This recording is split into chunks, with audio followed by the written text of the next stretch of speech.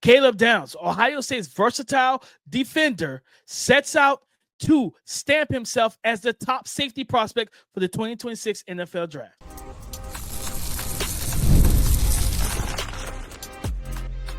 You are Locked On NFL Draft, your daily podcast covering the NFL Draft. Part of the Locked On Podcast Network, your team every day.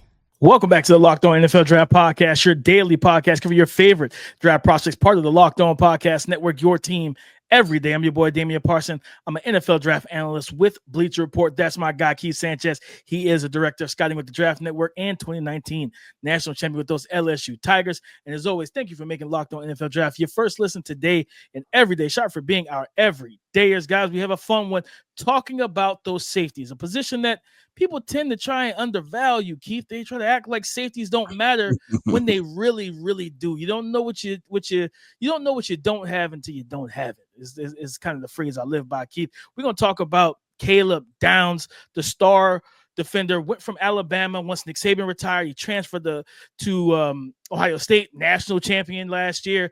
Dillon Thieneman transferring from Purdue to Oregon.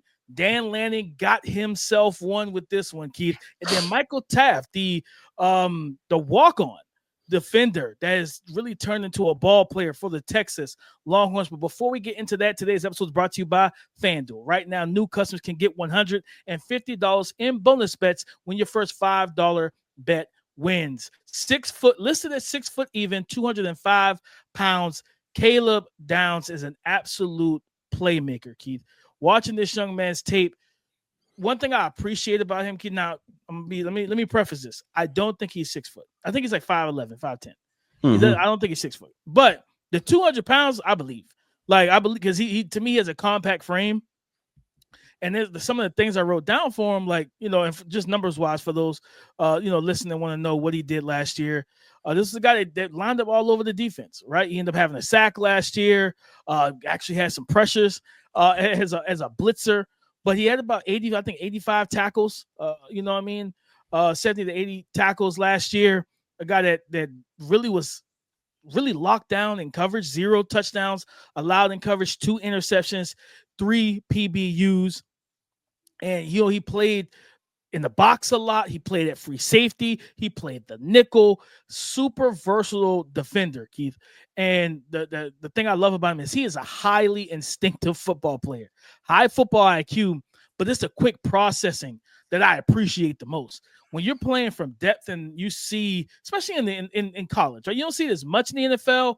Certain offenses trickle it in, but the East and West stuff, those manufacturers, bubble screens, quick screens, once you get, as you know, being on the sidelines, college, and I'll say this, no disrespect to NFL fans, college atmospheres are, I understand why when you play the video game College Football 25, when you're on the road, like, it messes with you. Like, I understand why, because it's a different ball game when you see the even on TV, sometimes you see the camera shaking. Like, it's just a different vibe. I know you've been on sidelines where it's been like, bro, it's hard to hear out here. Like, you know what I mean? And you're just a coach on the sideline. You're not calling. You don't have to, like, call audibles and stuff like that. But you're like, I can't hear coach to coach what's going on because it's just so loud. So, like, when you have a guy like that, like, who can benefit from those type of atmospheres, and that, hey, the way to get the quarterback going in those atmospheres is quick dump offs, quick passes.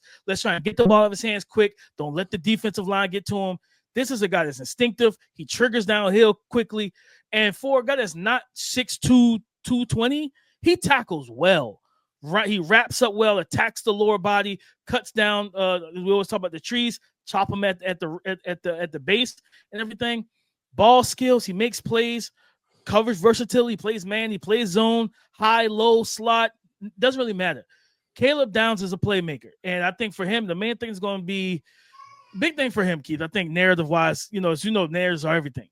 Height, weight, and length are going to be questionable for some people in terms of, like, okay, does he have the length to be able to match up at the catch point in the NFL, and then can he match up, if he's playing in that nickel spot at times, can he match up against the NFL power slots and those pass catching tight ends?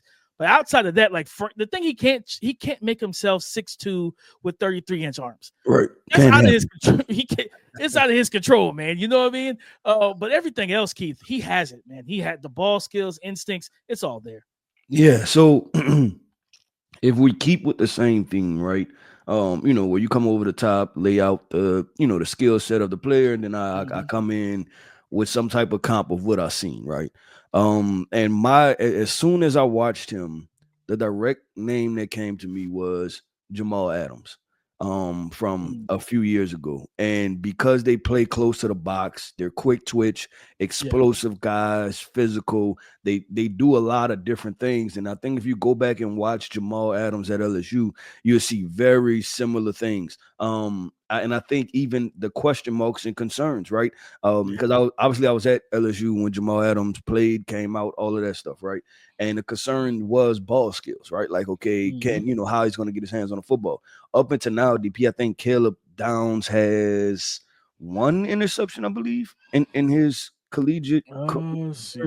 He's got 4. He got 2 last year and yeah, 2 I'm in the sorry. freshman year. Okay, that's what I was trying to do. Okay, so he has 2 last year, 2 this year. Jamal Adams had, I think 0 his first year, 4 his sophomore year, and then 1 his last year, right? So they'll probably both leave out of college somewhere around the same number of interceptions. Also, if sorry about that, if Caleb Downs checks out the height and weight size part, like if he comes in 5'11", 6 foot, 200 pounds, their body types are going to be very similar. But just as far as being high intensity players, playing around the line of scrimmage, blitzers, guys you want to put in position to where they're always attacking downhill and the line of scrimmage, and they're not only a +1 numbers wise, but they're a +1, meaning that they're almost 2 different people playing against the run, right? Like, when you go back to, I think it was that Texas game when he made that, spectacular play. I think it was on like an end around or a toss or something like that. Yeah. And you said, man, that guy's just different. So, when I see Caleb Downs, the first player that I thought of when we talk about prospects was Jamal Adams, a young Jamal Adams, being drafted to the New York Jets. No, I saying crazy enough, Keith. I thought you were gonna go with a different SEC defender. I thought you were gonna go with Brian Branch. You know what I mean? Because of the stuff that Brian Branch has done and the instincts, all the things that he brings to the table. But I like that Jamal Adams. When I want to ask you, Keith, do you think, especially nowadays, you don't see as much single high coverage as much, right? Like unless it's like a heavy cover 3 team, like those Legion of Boom teams that Pete Carroll coached. I don't know what they might run that in Las Vegas. Now that he's the coach over there, we might see more cover 3 than pure like just man-to-man things like that. But the NFL is so big about. I remember seeing a stat that like maybe 5 to 6 years ago, the average yards per attempt in the league was like north of 10 yards.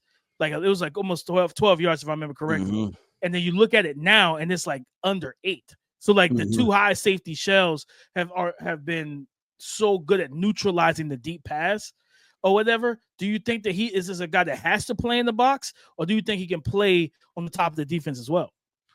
Yeah, no, I don't think he has to play in the box because he has the athleticism to play deep, right? Like he can range from sideline to sideline, and you see it. I mean, this is a guy. I think he has 1 or 2 punt returns on his career. So he's a good athlete at the end of the day.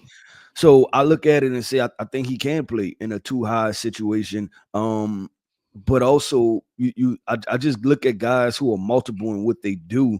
And that's what I put him in, right? He's multiple in what he does. And what this is going to do, DP, getting back to kind of the old school traditional, kind of way of thinking with implementing the run game, I think it's going to hold safeties. It's going to take us out of the positionless football when it comes to defensive backs. Meaning that I thought for a while that, your linebackers could be hybrid safety linebackers. Your strong safety could be a free safety skill set, and your free safety could be a corner skill set. Now it's going to become more traditional where your strong safety is going to have to be a strong safety, right? And you're going to have to complement that with a free safety. It's not going to be no longer, hey, just put those guys on the field. Like, it's not going to be basketball where they say just kind of put your best five out there, right? The run game is going to hold certain positions more accountable. You're going to need true linebackers. You're going to need a true strong safety, and then you're going to have to complement that to be able to have a good pass defense. You're going to need a true free safety. When you think about those complementary pieces, when you had Troy Polamalu and Ryan Clark, when you think about Ed Reed and then the guys that they always put with him, Ed Reed was the free. They always had a big downhill thumper to play strong, right? And Ed Reed could play close to the line of scrimmage, but he was best suited playing 20, 30 yards off the football and tricking everybody to give him the football, right? Like that was the But Caleb Downs, I like him. I appreciate him a lot. This is another guy. We talked about Peter Woods on yesterday's podcast. He talking about potentially being the number 1 overall prospect. We have to look at Caleb Downs in that light too, that this guy could be a top 5, top 10 overall prospect. But DP, let's keep this thing going, man. Dillon Thieneman. I think it's Thinnerman. Okay, so this was a Purdue safety who transferred to University of Oregon. Oregon is reloading after losing so many NFL draft prospects. Let's talk about Dillon Thieneman coming up next. Today's episode is brought to you by FanDuel, America's #1 sportsbook. Summer sports are in full swing, and whether you're all about baseball under the bright lights, golf on the green, or high-stakes soccer action, FanDuel is the best way to make every game more exciting. You're already following the action. Why not make it a little more thrilling? With FanDuel, you can get in on the game while your friends are getting sunburned at the beach, and who really wants that? I've been using FanDuel to track my favorite matchups, and the app keeps it fresh with new daily promotions and fun ways to bet. Are you new to FanDuel? New customers can bet just $5 and get $150 back in bonus bets if your first $5 bet wins. Again, if you're new to FanDuel, new customers can bet just $5 and get $150 back in bonus bets if your first bet wins. Open the FanDuel app today or visit FanDuel.com to get started. 6 foot, 207 pounds, Dillon Thieneman, transfer from Purdue to Oregon. And as I said, earlier, Keith, Dan Lannon got him one. I absolutely think this is a guy like, and it's crazy because most people who have not watched him, when they hear, okay, safety 1 for the 2026 NFL draft, they think about Caleb Downs, and rightfully so. This is his direct competition. Mm-hmm. This is the guy that truthfully has a very similar skill set, but then he's probably, to me, he's a bigger frame. I think he is 6 foot, almost 6'1", 200, almost 210 pounds. And there was a report that he ran this offseason that he was clocked in the 40 at 4.35. And, for those who don't know, Dillon Thieneman is a white safety, right? So, yeah, he's right here running. If he's hitting 4.35, what was it? Troy Apke years ago at the Combine when with Coach Prime was on NFL Network. He's like, oh, that white boy can run. Like, he can run. Now, was Troy Apke a really good player? Not necessarily. Dillon Thieneman is a really good football player, Keith. And this is a guy that, to me, when I watched him, like, he and I try not to do like white player comps, but I saw a lot of Harrison Smith with the Minnesota Vikings. Like, and the fact that he is versatile. This is another similar to Caleb Downs. Like, Thinnerman plays the slot. He plays free. He plays mostly free safety, but he plays in the slot. He also works down in the box. And the one thing, some of the things I wrote down about him, he sees it fast. When you watch the tape, he sees it fast. From depth, the downhill speed into the action is there. He's very disruptive at the line of scrimmage. He has the speed, in my opinion, he has the speed to live in the deeper waters of the coverage shell. And he plays that single high safety well whenever they ask him to. He is a thumper, too. Like, this dude will rock you. Like, you know what I mean? I think it was maybe Michigan State I was watching. And he was single high. He was in the back pedal. He's reading the quarterback. He's reading the action. Quarterback throws it to the tight end, and his trigger, like, he triggered as the ball was leaving. Felt like he triggered the same time the quarterback was releasing the ball. He met the ball to the tight end and blew him up. And I was like, okay. Now, as a freshman, he had 6 interceptions. He didn't have any in 2024. I want to see him get back to securing those picks. And I think the big thing for him, Keith, again, everything's narrative-wise. he needs to shine in the spotlight because you're going from Purdue, who won one game, right? That's how I One just pulled game. up their record. I was like, man, that's tough. But DP, That's why he transferred. listen, the other side of that is this is yet alone another draft prospect that Yeah. Purdue has lost, right? You talking about It's Nick like 3 or 4 Scout? now. Yeah, Nick Scarlton, him, and then Deion Burks. Deion Burks, right? Like you talking about all guys that probably be drafted in the top 50 of a draft. But Absolutely ridiculous. I don't know what's going. They got to start winning football games over there, Keith. If they don't win those football games, they're gonna keep losing their best players. And I think the last narrative is avoid the big fish in a small pond narrative, right? Because people try to throw that like, oh, he was good at Purdue when there wasn't much expectation, right? And it was like, no, he just was good. Like, so if he goes out here and has that same impact on the team that's trying to get back to the CFP, the college football playoffs, then also have that same impact for a team that wants to win a national championship. Like, yeah, this is a guy that's going to make that safety one conversation very interesting because he hits, he tackles well, he's instinctive, he has good zone eyes to read route concepts, pass stuff off, things like that. He is a versatile defender to be able to walk down in the nickel, play coverage, but also blitz, play the run because he's a really good tackler and everything. And then the fact that he processed, similar to Caleb, just processing information as well as he does, man. I really appreciate with Dillon Thieneman. I'm gonna have to keep remembering how to say that, Thieneman. How to keep. I appreciate what he brings to the table, and I think this is a potential. We might get 2 safeties in round 1, Keith. Yep. DP, I'm going to look at it from this standpoint because I told you I pulled up the schedule, right? I'm looking at their scores. And you talked about Dillon Thieneman. It's very hard to hold him accountable for no interceptions, right? Because you look at the X's and O's of this, right? Like the actual football game part of this. We said that they won one game. I think that one game was versus Indiana State, right? The very first game of the year. DP, I'm going to read off some of these scores, and it's going to translate to something. They lost to Notre Dame 66-7. They lost to Wisconsin 52-6. They lost to Oregon 35-0. They lost to Ohio State 45-0. They lost to Penn State 49-10. They lost to Indiana in the very last game of the season 66-0. So my point is, DP, they were not bad. They were really bad, right? And so they were terrible. yeah, like that's not good. And that's including losses to, Northwestern and things like that, right? So my point is that holding him accountable for like interceptions and saying like, hey, potentially, the first year was a fluke.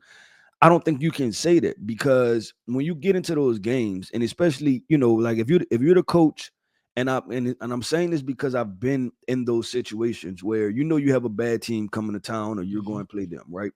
The key is not to lose the game, right? You feel like if we go out and do the basics, and that means just the blocking and tackling, we should beat this team really bad. So what that means is we're going to run the football. We're going to play solid defense, but offensively, we're not going to even attempt to be aggressive because we don't want to put the ball in harm's way, meaning we're not going to pass the ball a lot, right? So all he can do is tackle. And I go back to the statistics, DP, and I look at some of these games. So when they got blown out against Ohio State, he still had 11 tackles, 8 solo, right? The Indiana game, when he got blown out, he had 10 tackles.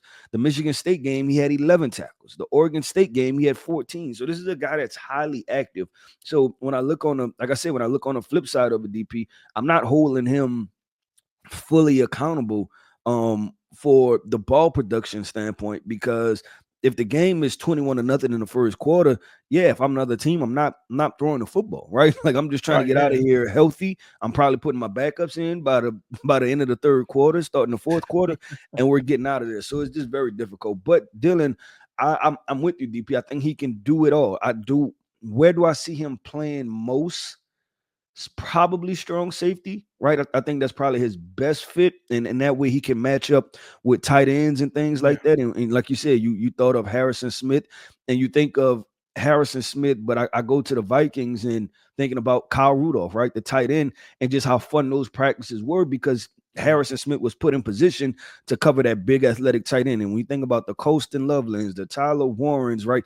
And that's just our guy that got drafted to the Buffalo Bills, Dalton Kincaid, and all of these tight ends that have been injected into the NFL over the past few years. Now you have a guy that can match up, right? Almost, and I hate to use this, but he'll probably, try to be using a tight end eraser.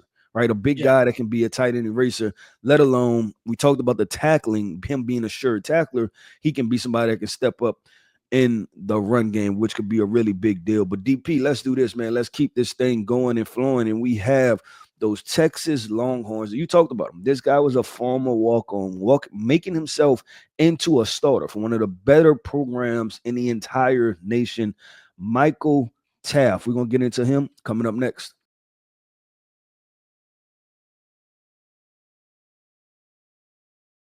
Thank you for making Locked On NFL Draft your first listen today and everyday shot, for being our everydayers. Michael Taaffe, former walk-on player for the Texas Longhorns, and he's turned himself into a starter. He started every single game last year for this defense at free safety. 6 foot, 190 pounds. He had over 50 tackles, I believe, on the season last year. Allowed 1 touchdown in coverage, 2 interceptions, 8 PBUs. Keith, this is a guy that one of the things I really like when I watched him, I was like, man, like he's a smart defender, right? Like he's a smart defender.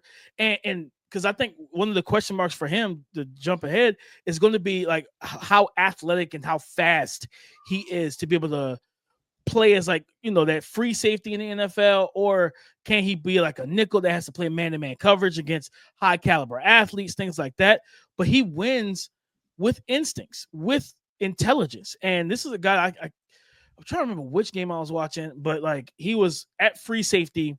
They rotated him down post snap into the robber in between the middle of the field, closing the middle of the field between the hashes.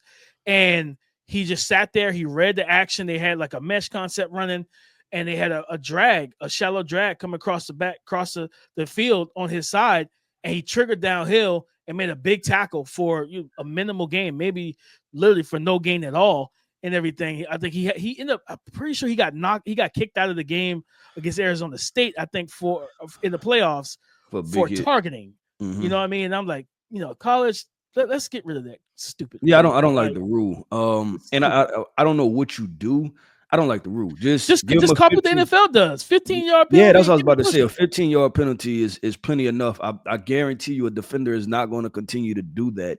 And their head coach is not going to want that happen, because 15 yards is really big. Now, do we have to kick the player out? Especially with the subjectivity, DP, of targeting, right? We know how fast the game goes. And if he's not just fully launching at a guy's head, it's very difficult. Like a helmet, and you can, as a defender, Keith, you could drop yourself to the right spot to strike, and then the ball carrier drops his head. And then now you're penalized because he's protecting himself. Like, no, like just 15 yards, keep him in the game. Let's keep playing. But college, I don't know what's going on with that. But like, this is an impactful guy. Like, he makes plays on the football. He's one of those defenders, Keith, that I think coaches are going to love, because he is where he's supposed to be. And he always seems to be around the football. You know who I thought of, DP? 2 guys that are very underrated at what they do, right? But they're very not. They're probably underrated in a big scheme of like top NFL players, but appreciated. Micah Hyde and Jesse Bates. I thought of guys like that, right? Where we don't view them as elite, supreme athletes. It's not too many times where they're talked about as some of the best defenders. It's not a whole lot of times that they're celebrated at the best of their position, right? Right. But you're talking about reliable glue guys, and when you even go back to the Buffalo Bills defenses, right? When they had Micah Hyde and Jordan Poyer, like he's another one that could get thrown into that bucket. I think of those 3 guys when I see Michael Taaffe, it's like they appear to just always be in the right position at the right time. Smart guys, instinctual guys that play the game hard and just fundamentally sound football players. And that's what I see with Michael Taaffe. No, I like those call-outs for sure, because that's how he plays. You know what I mean? And like I said, just being able to be around the football. And this year, like, Texas is viewed as one. I mean, they were viewed that way last year, but still being viewed as one of the best defense, better the best teams in the nation, right? And didn't even get a mention about Dillon Thieneman going to Oregon. Now, to your point about what he was dealing with, now you got Mateo Uiagalelei and that defensive line forcing quarterbacks to throw the ball early or whatever the case may be, or throwing the ball while getting hit, opens up the opportunity to make even more plays in the football. And from Michael Taaffe, they have, I think it's Colin Simmons, the 5-star freshman who was balling last year, like 18 years old. And I'm like, this kid is a beast. You know what I mean? Like, I want to see what this guy does. Trey Moore, and I don't remember if you remember last year me talking about him, but he was a UTSA transfer who I really liked. I don't know what happened this past year, but like off of UTSA film, I gave him like a fourth to third round grade, right? Yeah. And I thought that he could really make some noise.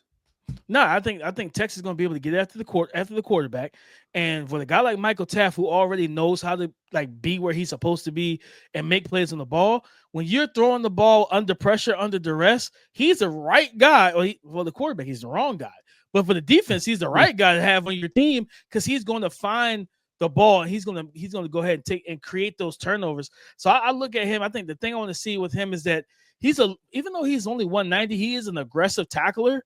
And everything, and that kind of leads to some missed tackles in space at times. I want to see him to kind of clean that up.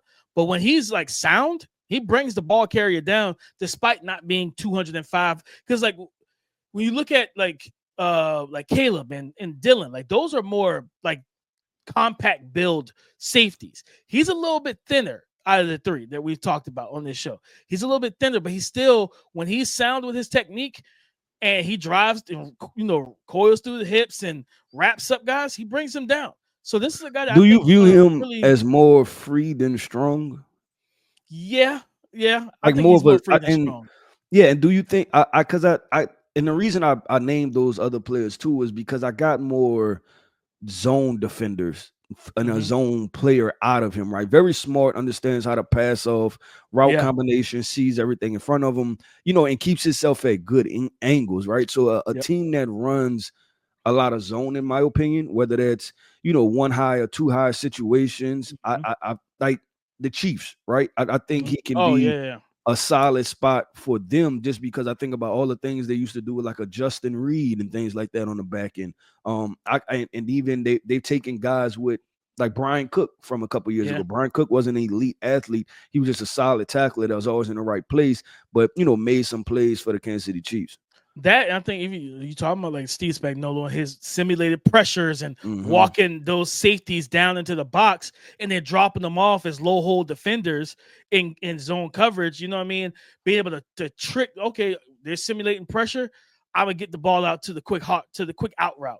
Then Michael Taaffe is the defender in the curl, the flats area, dropping off from the simulated pressure look, and he just picked you off, and now he's taking it back for almost for a big gain, and he just created a turnover. I think he's one of those defenders that you put him in those type of positions, he's going to make plays for your defense, and I think that he's going to be a good football player for Texas. And it's a guy I mean, like I said, size is going to be a big thing for him. Like, certain teams have certain thresholds, so we're going to see how it plays out. But ball skills and production are there. He's a fearless striker and tackler. He does not mind throwing his body around. And I think he's a guy, Keith, that kid, like you said, those zone defenses, too high shells, rotate down into sinker and robber coverages, using the instincts to be able to take the ball away, create turnovers, or deter a quarterback, right? Like coverage sacks. You want to throw that deep dig route because you think it's too high and the middle of the field's open. He rotates down. You're like, nope. You pump it, you hold it, and now the pressure gets to you, sacked by Colin Simmons or sack fumble. Still, his ability to rotate down can create other opportunities for his teammates to then create turnovers themselves on the defensive line.